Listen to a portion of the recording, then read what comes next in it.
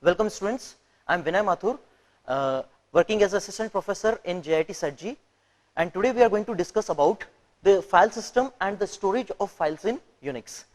We are going to cover Unix file system, the Inode table, and how the files are being stored on the disk. To start with, we will first discuss what is a file system. So a file system is a group of files and the relevant information which are arranged in a logical manner. So this is a file system. So different operating systems have different file systems. For example, Windows have different file system, Unix has different file systems. Different operating systems have their own characteristics of the file system. Now, when we talk about the Unix file system, then in Unix, everything is treated as a file. Everything means if it is an application, whether it is utility, whether it is a data, even the directories and the devices are considered as files in Unix. Okay, so we are going to discuss about the Unix file system, and we know that the Unix file system is the tree data structure.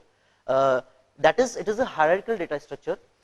At the top of this tree is a directory which is called as a root directory.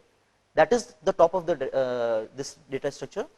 It means all the files and the directories are contained within this directory, which is denoted by the slash sign and is known as the root directory.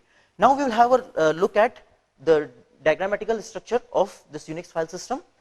As we have discussed here, that top of this tree is the root directory. This is the root directory. Now in this directory there are various directories: USR, BIN, DEV, etc, and so on. We are going to discuss a brief about all these directories. Then in BIN we have the directories that are related to particularly commands. In DEV we have directories related to the devices, say DEV1, DEV2 are the devices. The home directory, it contains the directories related to the users, usernames, different usernames. It contains the home directory of all the usernames, and all the data of a particular user is contained within the home directory of that user. For example, say USR1 is user1. So all the files and directories related to this USR1 will be there in the directory of USR1, that is the home directory of USR1. For USR2, the files and directories of USR2 will be in the directory, home directory of USR2. So we'll discuss these directories in detail. Now, the first important concept here is, why do we need the directories, different directories? The directories are required to help keep the related files together and separate from the other group of related files. For example, say directory USR, it contains a particular type of files. BIN, it contains binary files, but DV, it contains device related files. etc again contains different types of files. Home directory, so we have different directories so that we can arrange the different files, different categories of files according to the manner we require it. So for example, we will have a just look at the example, say USR directory. So USR directory contains the user related files. So all the files which are related to a user are contained within this directory, that is the USR.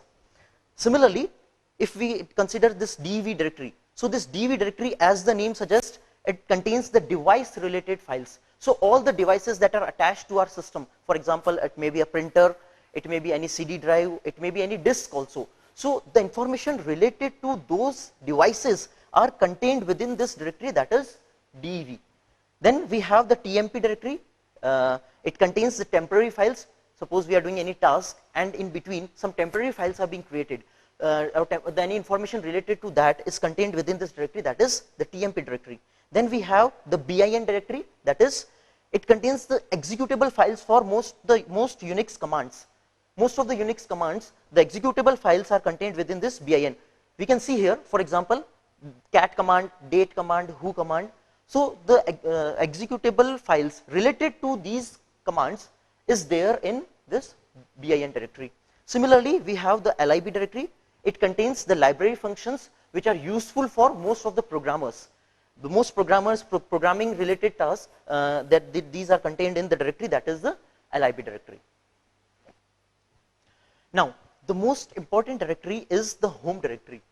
It contains, as we have discussed, it contains the home directories of different users.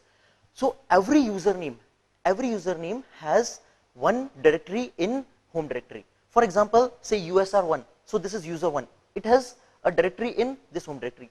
Say USR2, it has a home directory in USR2. So it contains the home directories of different users. Suppose there are n number of users, then this home directory will contain n number of directories, one for each user. It contains only one directory for each user. Now, home directory of the user is denoted by a tilde sign. We can see here in the diagram that this home directory of the user is denoted by a tilde sign. So whenever we log in with say username USR1, then the tilde sign denotes this USR1.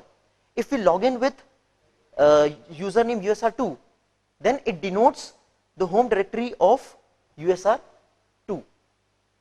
So this tilde sign represents the home directory of user. So there is a difference between home directory and home directory of user. When we say that home directory, then we are denoting to this directory. This is the home directory. And when we are saying home directory of user, then we are denoting these directories. If we are logging with the username of USR1, then the tilde sign denotes USR1, this directory. If we are logging with the home USR2, then this tilde sign will denote the home directory of USR2, that is this directory. And within these home directories, the other files are there which are created by the different users. Say for example here we can see that the USR1 contains two files, say F1 and F2. Similarly, USR2, the home directory of the user2 contains one file F1 and one directory dir1. So there can be further files and directories up to any level. And we are going, and the path of any file is denoted by absolute path or the relative path. We'll discuss the absolute path, the concept of the absolute path here. Now we can see that at the top of this data structure, this tree is the root directory. So suppose I want to find out the path of this file, say F1, then we can denote it by slash home slash USR2 slash F1. This denotes the path of this file F1. The first slash symbol that we are seeing over here, it is denoting the root directory. The first slash symbol is denoting the root directory. The other slash symbols, they are just used for separation of the directories, but the first slash is denoting the root directory. After this, so we can see here that this slash is denoting the root directory. In this root directory we have home directory. In this home directory we have USR2. So in this home directory we can see that we have a USR2. In this USR2 we have this file F1. So this is the absolute path of this file F1. Now we come to the concept of the Inode table. So we have discussed this Unix file system. We have Unix file system, the concepts of Unix file system are clear. So to understand them more clearly, we'll go through the concept of the Inode table. So this Inode table stands for the index node table. Now basically the Inode table contains the information about the files in is stored in this Inode table. So basically this is a table, it is a data structure which contains the information about the files. So each file, for each file there is a entry. Suppose there are n number of files, so there will be n number of entries in this Inode table. We know that in Unix everything is treated as a file, whether it is device, whether it is application, whether it is utility. So for everything considered as a file, there is an entry in this Inode table. Each file is represented by an inode. So we have an entry in Inode table for each and every file. And this inode entry for each file contains only the file's metadata. Now what is metadata? Metadata is nothing but the data about the file, and it does not contain the actual file content. Whatever is there in the file is not being stored in this Inode table or is not stored in the Inode entry. It contains only the file's metadata. That is, metadata is data about the file. Now what data is being stored, we'll discuss it in detail. So it does not contain actual file content. So actual file content is not at all stored in this inode table. It contains only the information, the relevant information of the file. Now how do we identify different files? So to identify different files, we assign a unique number to each file, and that number is called as the inode number. That number is called as the inode number. To find out the inode number of any file, we need to execute this command ls space -i, and then we need to specify the file name. Suppose we want to find out the inode number of file 1, then we need to give ls -i and then file 1. If we want to find out the inode number of file 2, then we need to specify this command ls -i and then file 2. So this command will help us to find out the inode number of each and every file. Now, as we have discussed that inode table contains the information that is related to the file. Each inode entry, different files have different inode entries, so each inode entry is of 64 bytes and it contains the information related to the file. Now what this information is about, it is about what is the type of the file. Now we know that in Unix everything is considered as a file, so there can be different types of file, whether it is a text file, whether it is a directory, whether it is device related information or anything. So it contains the first information that this inode entry of a file contains is what is the type of the file, regular file, directory or any other type of file. Then it contains the file access permissions. File access permissions means who can access the files and up to the what capacity. For example, we have three types of file permissions: R, W and X. R is for read, W is for write and X is for execute. So three types of permissions are there, and this three type of permissions are there for three types of users. One is the owner, the other is other users in the group,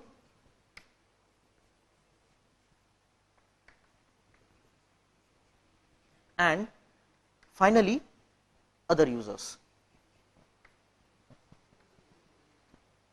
So we have three types of users, and for each type of user we have three types of permission: R, W and X. R is for read, W is for write and X is for execute. So three types of users are there. Owner. Now who is the owner? Owner is one who has created the file. So what permissions are there for the owner? Whether he can read it, write it or execute it, or all, the combination of them. Similarly, other users in the group. Every type of user belongs to a particular category of users. For example, if we consider an example of say a structure that is there in a college. So there can be users of type faculty, there can be users of type students. So to allow to set permissions for a similar type of users, we create groups so that we can assign the permissions for a particular group, and it is applicable to all those users which belong to that particular category. So if the owner is one who has created the file, and the other users in that group to which that owner belongs, what are the file permissions for those types of users is being stored in form of R, W and X, that is read, write and execute. And the third type of user is the other users. Other than the owner and the users belonging to that group, we have the other users, whatever the other users are, which do not belong to the particular group to which the owner belongs. So we have file access permissions for three types of users. Then we have another information, that is who is the owner of the file. For each username we assign a UID that is called as user ID. So every user has a UID. So the owner of the file, whatever is the user ID of the owner, that is being stored in this variable, that is UID. Similarly, we have a group ID. Group ID is the group to which the owner belongs. So whatever information, whoever is the owner, so that information is being stored in group ID. Similarly, we have date and time of last access. This is being stored in A time. So this is a variable which stores the date and time of last access. It means when the file was last accessed. Similarly, we have a variable C time. It stores the date and time of creation, when this file was created. When the user created this file, what was the date and time of what was the date and time? That is stored in a variable, that is C time. Similarly, the date and time of last modification. When the file was last modified, that information is being stored in a variable, that is M time. This M time stores when the last file was last modified. Similarly, there is a variable size in which we store what is the size of the file, how long it is, how large it is. Similarly, it stores, we have a variable block count in which we store number of blocks used by that file. Usually we have a block size of 1 KB. So suppose a file is of say 2 KB, then it will store 2 blocks. It will occupy 2 blocks. So how many blocks are being occupied by that file, that is stored in block count. And very importantly, this is a very important aspect, that is it stores the addresses of block where file is physically present. In Unix, files are not arranged in a sequential manner. Files are arranged in a distributed manner. It means files are being partitioned. They are partitioned, and one part may be at some other memory location, another part may be at some other memory location, and so on. So it stores all those addresses at which the file is being stored. So these are the information that are contained in the inode entry of a single file. So suppose for n number of files, there will be n number of entries, and each entry will consist of all these information. Now, we have discussed that the inode entry of a file contains the addresses of the blocks where file is physically present. Now, what is a block? Basically, block is nothing but a part of memory, a piece of memory. And here we are consider that the block is of 1 KB, 1 KB block, 1 KB, that is 1024 bytes. So we will consider the memory in terms of 1 KB block. So each inode entry stores the addresses of the block where file is physically present. So whatever the memory locations are there, since we have discussed that in Unix the files are not present in a sequential manner. That is, if the file is of 30 KB, then it is not necessary that it is stored in a continuous block of 30 KB. It is possible that it is stored in 30 different memory locations. One part may be at one memory location, another at another memory location, and so on. So this way, now this way if we store the addresses, then it is not practically possible, because the file size may be much larger. So we have made only 13 entries in the inode entry of a file. That means we can store 13 addresses in the inode. Maximum 13 entries for storing the addresses is there in the inode entry of a file. Now, these entries are numbered from 0 to 12, as we can see in the diagram, 0, 1, 2, 3, and so on up to 12. Here, these entries consist of nothing but the addresses, address 1, address 2, and so on. At this address 1, there is a starting address of block, first block where this file is stored. At this address 2, there is a starting address of the block where the file, where the second portion of the file is present, and so on.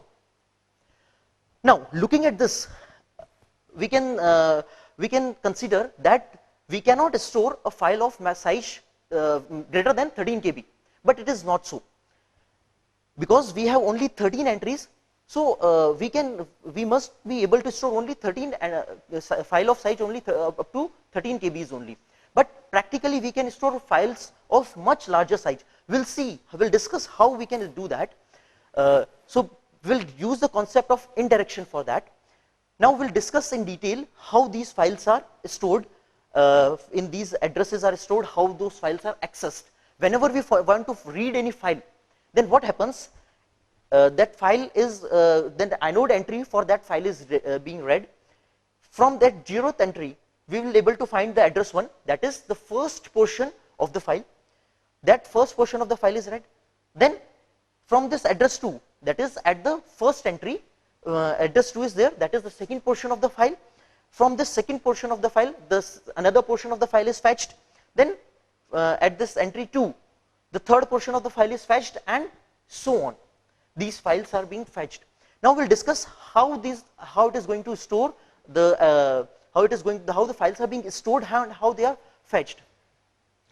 Now we'll see how these files are being stored. We have already discussed that there are 13 entries, and each entry consists of an address, and that address points to 1 KB block. So out of these 13 entries, the first 10 entries, means the numbered from 0 to 9, they point to a 1 KB block.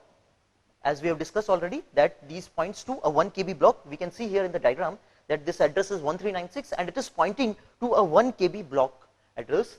So they point to 1 KB block where the actual file contents are stored. So files are stored on the addresses that are provided in the inode entry. So first 0 to 9, that is the first 10 entries, directly provide us the addresses at which the file is being stored. We can see here, suppose there is a file having the size of say 2560 bytes. So when we consider it 2560 bytes, we have considered that the block is of 1 KB, that is 1024 bytes. We have the file size as 2560, that makes it greater than 2 KB. So to store this file, we need more than 2 entries in this inode entry, that is 3 addresses we need to store. That means 3 blocks will be there where the file content will be stored.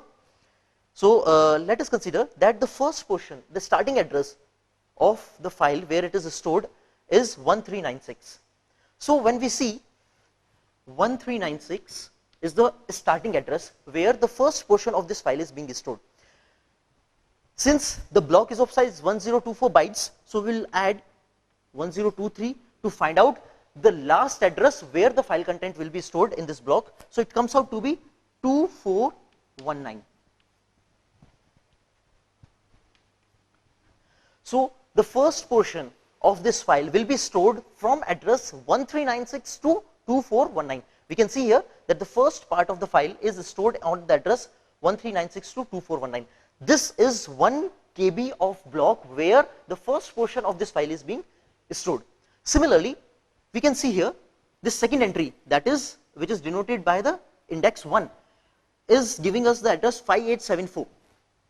So this 5874 is the starting address of the block where the second portion of this file is being stored. So from 5874 to when we add 10238, it comes out to be 6897.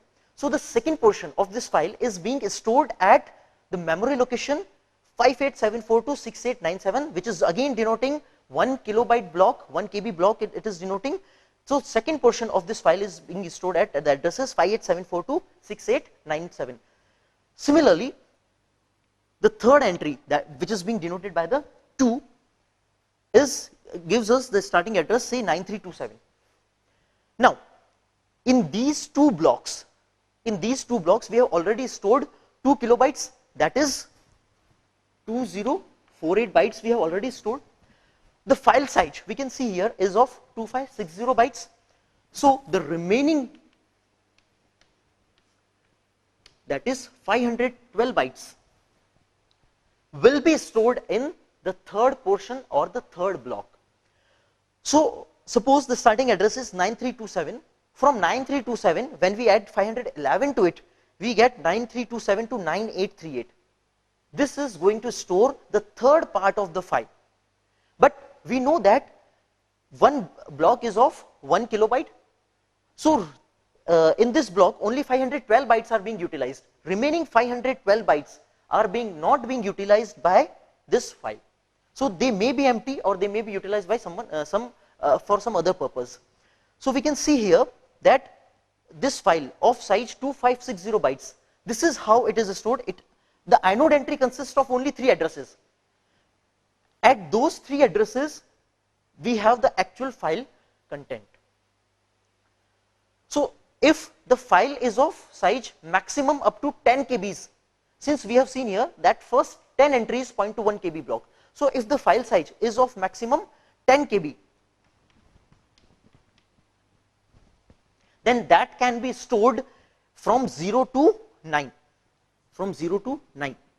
From 0 to 9 we can store single address, and at that address we will be having 1 KB block, and on that 1 KB block we will be having the actual file content.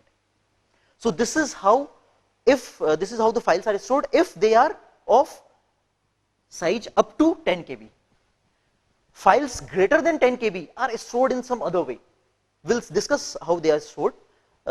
So if the file size is up to 10 KB, then they are stored using this concept by pointing to 1 KB blocks. Now, when the file size is of greater than 10 KB, then how those files are being stored? So we use the concept of single indirection for storing the files if the file size is greater than 10 KB. We have seen that from 0 to 9, we have stored single addresses. From 0 to 9, we have stored single address. On those single addresses, we have the actual file content. But when we consider the 10th entry, the 10th entry means at the 10th entry we are going to store the 11th address actually, because from 0 to 9 we have stored 10 addresses, and at the 10th entry we are going to store the 11th address. At this 10th entry we will be having a single address, and on this single address, again this address will be pointing to 1 KB block. At that 1 KB block, actual file content will not be there. At this 1 KB block, we will be having more addresses, and on those addresses we will be having actual file content. So we have seen that at the 10th entry we will be having a single address. At this single address, will be a single address of 1 KB block.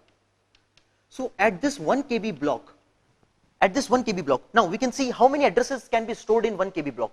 To see this, that how many addresses can be stored in 1 KB block, we'll see that there in 1 KB consists of 1024 bytes. Now considering that to store an address we require 4 bytes. So we divide it by 4, then it comes out to be 256. That means in a 1 KB block we can store 256 more addresses. So at the 10th entry we'll be having an address of 1 KB block. At that address we'll be having 256 more addresses.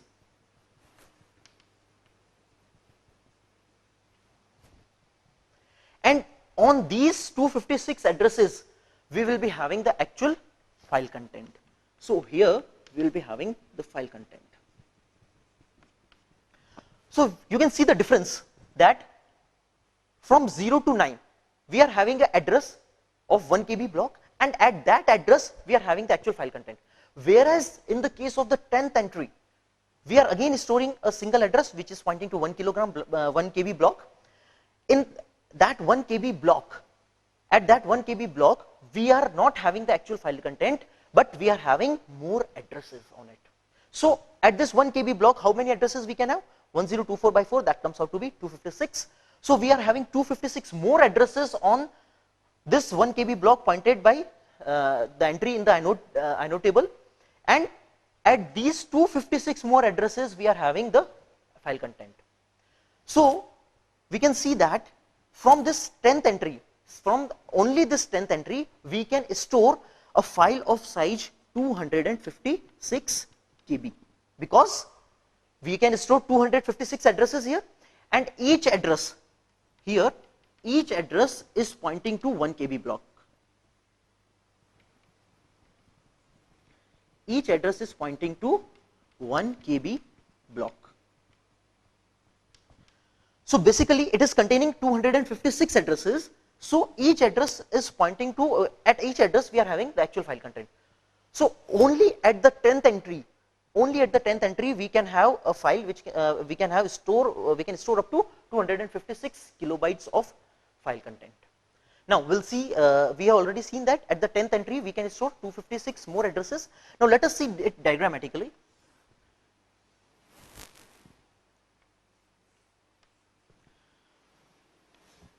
From 0 to 9,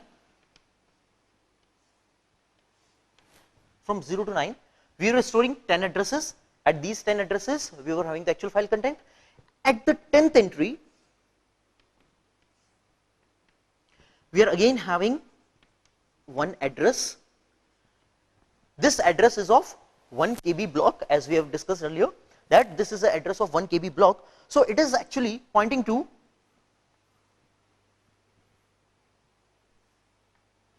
a block of 1 KB. It is actually pointing to a 1 KB block. At this 1 KB block, we are having how many addresses? We have already discussed this, that it is having 1024 divided by 4, that is 256 more addresses. So at this 1 KB block, we are having 256 addresses. At each of these 256 address, we have the actual file content. So if the file size is of greater than 10 KB, then we may use the concept of single indirection to store the file. So we can see here that there are 256 addresses. So this is 1 KB block, this is another 1 KB block, and so on up to, this is first portion, second portion, and so on up to 256. So these are the actual file content.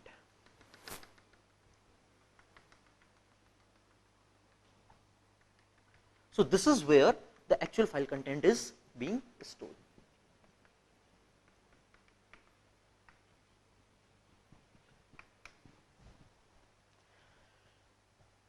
The difference between the first one and the single indirection is clear, that in this one we are storing an address, that address is pointing to 1 KB block where 256 more addresses are there, and those addresses we are having the actual file content. So only by this 10th entry we can store a file of size of maximum 256 KB.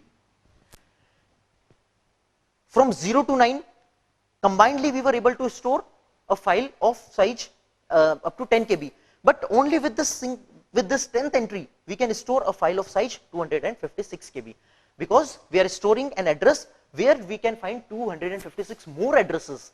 So this is how concept of single indirection is implemented in Unix to store the addresses of the file, addresses of the different portions of the file. Here this first one, this means the first portion of the file, this means the second portion of the file, third portion, and so on. Depending on the requirement, depending on the size of the file, if the file is of say 30 KBs, then we can store up to 10 KB in 0 to 9, and remaining 20 KBs will be stored in this 10th address, in this 10th entry, and with the help of single indirection, with the help of concept of single indirection. So we have seen that in single indirection we can store a file of size up to 256 KB. What if the size of the file is more than that? So if the file is of up to 10 KB, we can store directly from the entries 0 to 9. If the file is of size up to 256 KB, we can store it in 10th entry. If the file size is more than that, then we have the concept of double indirection. As in single indirection, we are having an address, and on that address we are having 1 KB block. At that 1 KB block, we were having 256 more addresses. On those 256 addresses, we were having the actual file content. But in this case, in the case of double indirection, we will be having one address. That one address will be pointing to 1 KB block. That 1 KB block will be pointing to 256 more addresses. And on each of those, we will be having 256 more addresses, and then we will be having the file content. So let us see how it is going to work. At this 11th entry, this double indirection is used only at the 11th entry. So at this 11th entry, we will be having one address pointing to 1 KB block.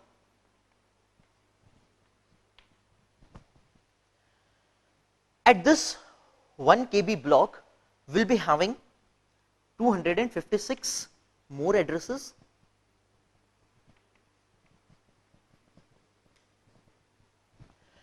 That means we are having 256 blocks here. 1, 2 and so on up to 256. In single indirection, we had actual file content on these 256 addresses. But in case of double indirection, we do not have actual file content on these 256 addresses. We have more addresses on these each and every 256 block. So we know that at each block we can store 256 addresses. So we can see here that we can store 256 addresses here, 256 addresses here and 256 addresses up to here. Now each block here is pointing to 256 more blocks. So here comes the actual file content. Here comes our actual file content. So here we have 1, 2, 1, 2 and so on up to 256. This is for particularly this block only. Similarly, for this second block, which is having 256 addresses, we can have we can have 256 blocks. So here we are having 1, 2 and so on up to 256. So this is where the actual file content is stored. It is here that the actual file content is there. So this is where we are having the actual file content.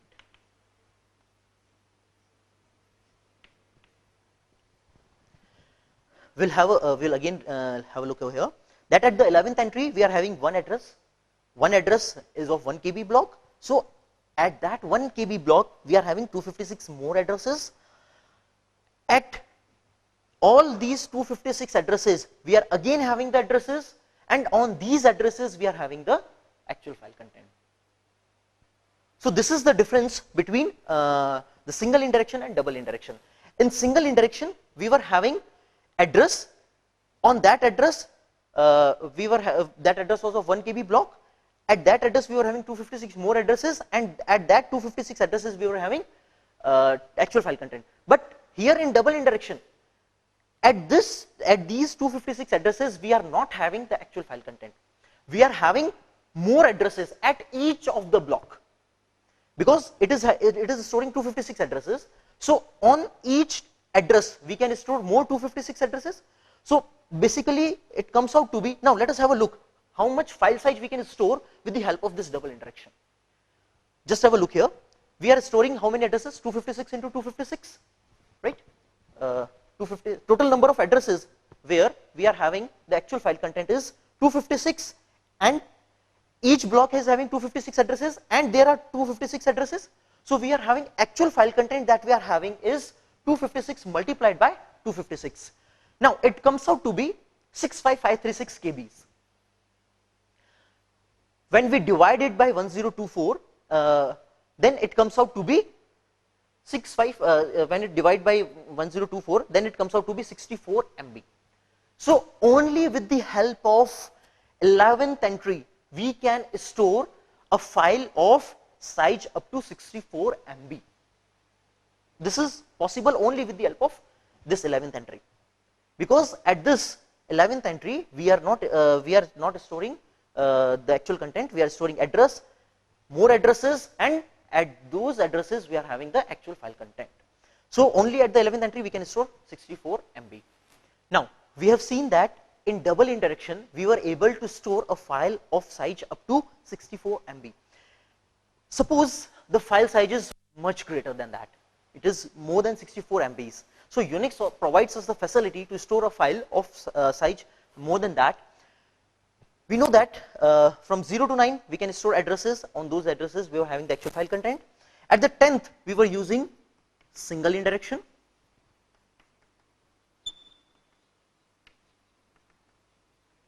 In that single indirection we were storing address of 1 KB block. At that 1 KB block we were having 256 addresses, and those 256 addresses we were having the actual file content. At the 11th entry we were having double indirection.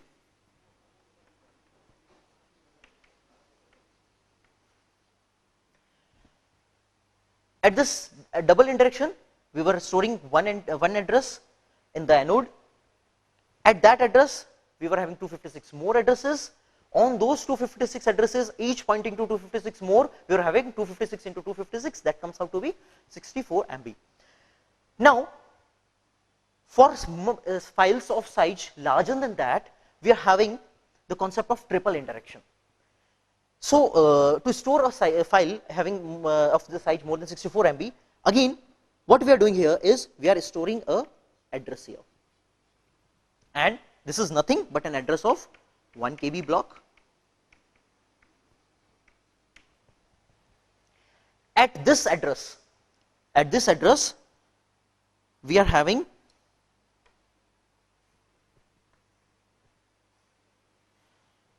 how many? We are having addresses of size we are having addresses 256 addresses are there, since this is 1 KB block.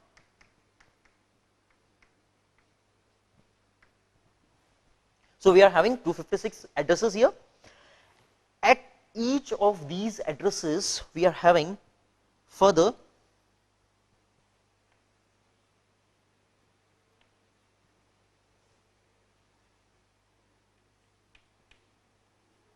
1, 2 and so on up to 256.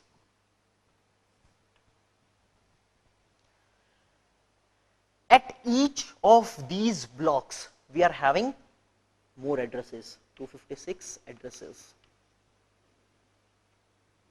Here also 256 addresses, here also 256 addresses, and so on. On these 256 addresses we are not having the file content, we are having more addresses on it. So, each of them we are having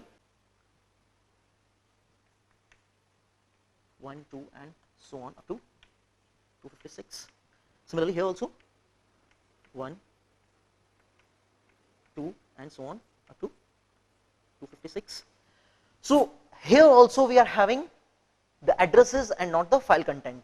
So, here again we are having addresses. At each of these addresses we are having, now we are having the actual file content. This is where we are having the file content. At each of these we are having the actual. So, this is where we are having the file content.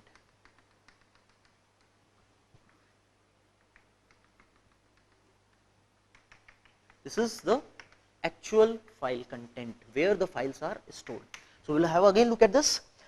At the 12th entry we are having an address of 1 KB block. At that we are having 256 addresses. On those 256 addresses we are having 256 into 256 addresses. On these addresses we are having more addresses, 256 into 256 into 256 addresses, and these addresses are now pointing to the actual file content.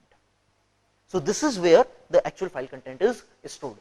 Now, let us see how much file size can we store with the help of this triple indirection, and we will be surprised to see that we can store 256 into 256 into 256. Just have a look here, 256 addresses here, we can see here 256 addresses. So, this first 256 is denoting this 1 KB block. At each of these 256 addresses we are having more 256 addresses. So, we are having 256 into 256. At each of these we are having 256 more addresses. So, we again multiply it with 256. So, the total number of blocks, total number of addresses that we are storing is 256 multiplied by 256 multiplied by 256. So, total number of addresses that we are able to get from this triple indirection is this much.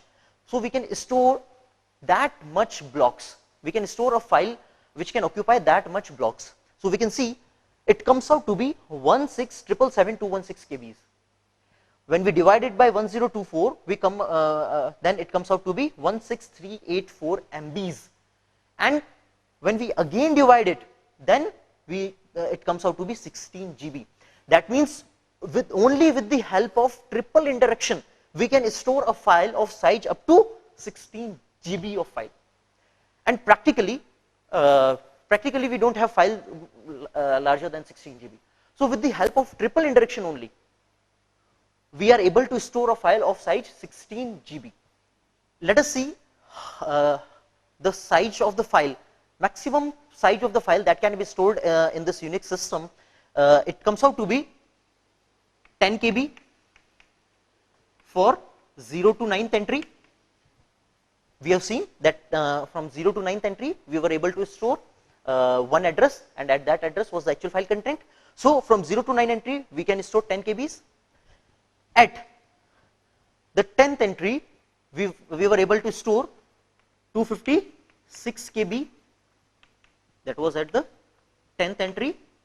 At the 10th entry we have used single indirection.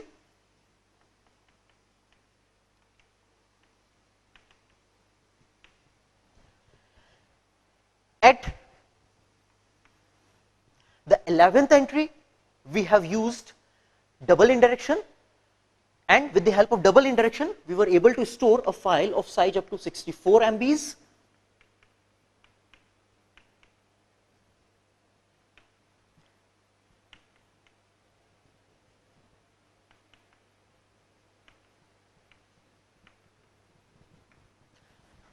And at the 12th entry we were able to store a file of size up to 16 GB.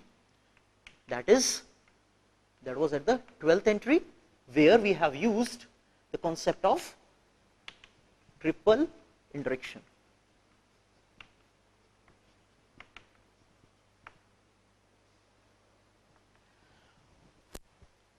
So the maximum size of file that can be stored in a Unix system is sum of all these, that is 16 GB plus 64 MB plus 256 KB plus 10 KB. So we can store a file of size which is up to this much. So this is a very large file. Practically we don't have files of that much size. So we can store file of that much size with the help of this concept of triple indirection, and we can store the files on the disk. How we have stored, we have already discussed this thing.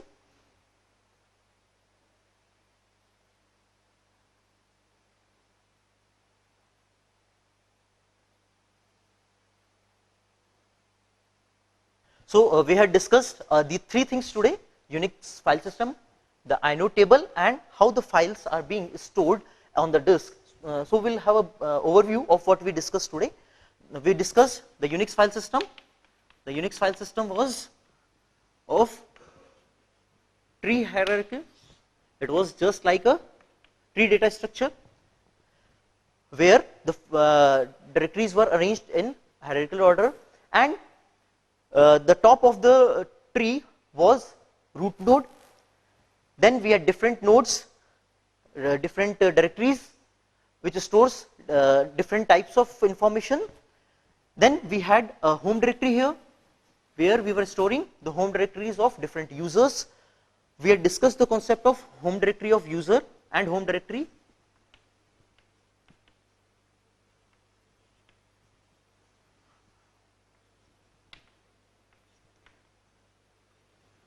The home directory of user was denoted with the help of the tilde sign. And the concept of the absolute paths, which start with root, that is start with root, then the username, then the directory name, and so on. So this was all that we discussed in the Unix file system. Then we discussed about the Inode table.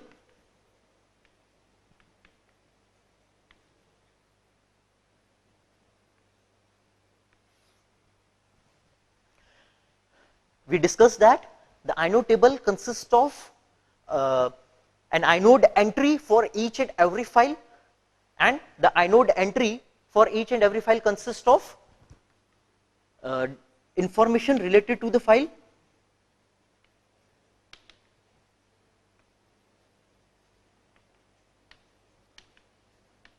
and that information was the date and time of last modification, date and time of last access, date of creation, user, permissions, and all these information were stored in this inode table, and the inode table consists of inode entry for each and every file. We also discussed how to find out the inode number, the concept of inode number. We discussed that how we can find out the inode number with the help of the command ls space minus I. We can find out the inode number. Each file has its unique inode number. Then we also discussed that the inode entry of a file stores the addresses where the file is physically present on the disk, those addresses on which the file is physically present. So we discussed about the storage of files on the disk, how these files are stored. So we discussed the concept of double indirection, single indirection, triple indirection. Now we also discussed how the files are stored on the disk. We discussed that from in the inode entry of each file we were having 0 to 12 entries, that is total 13 entries were there. Of these 13 entries, from 0 to 9 we are storing address, and at these addresses were actual file content. Then we discussed the concept of single indirection. The single indirection was applicable at the 10th entry, where we were storing address,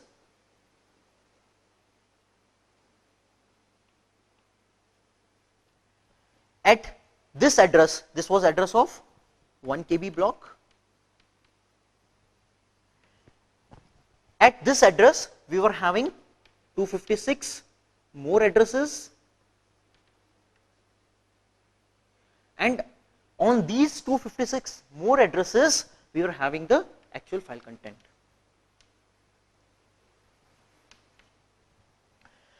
So this was the concept of single indirection.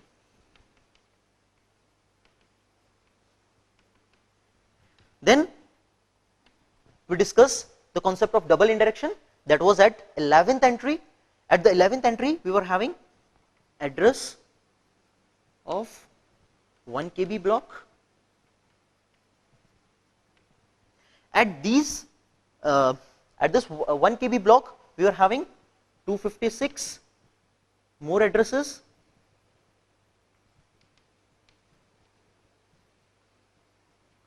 On these 256 more addresses we were having 256 more addresses at each of them.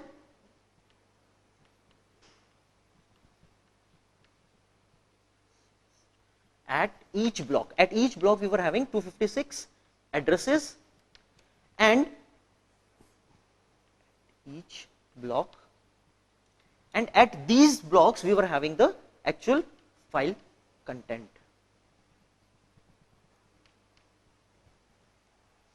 And then we discussed about the concept of, this was at the 11th entry we were having the concept of double indirection.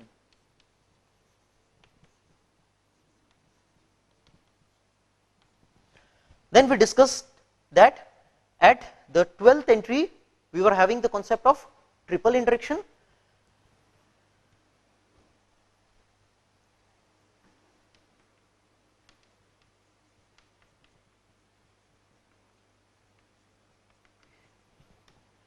At this 12th entry we were having address of 1 KB block, 1 KB block address. At this 1 KB block address we were having 256 addresses. At these 256 addresses we were having more 256 addresses at each.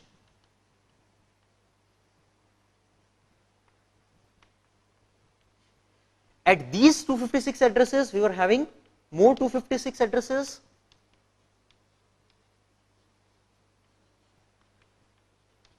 and at these 256 into 256 addresses, we were having the actual file content. So this was the concept of triple indirection, and we have also discussed that the file that we can store, the maximum size of the maximum file that we can store is 10 KB with the help of this one, 10 KB with the help of this one. With the help of single indirection, we can store a file of size up to 256 KB. With the help of double indirection, we were able to store a file of size up to 64 MB. And with the help of triple indirection, we were able to store a file of size up to 16 GB. So the total size of the file that we were able to store is 10 KB plus 256 KB plus 64 MB plus 16 GB. So this is all that we have discussed about the file system and the storage of files in the Unix. Thank you very much, class.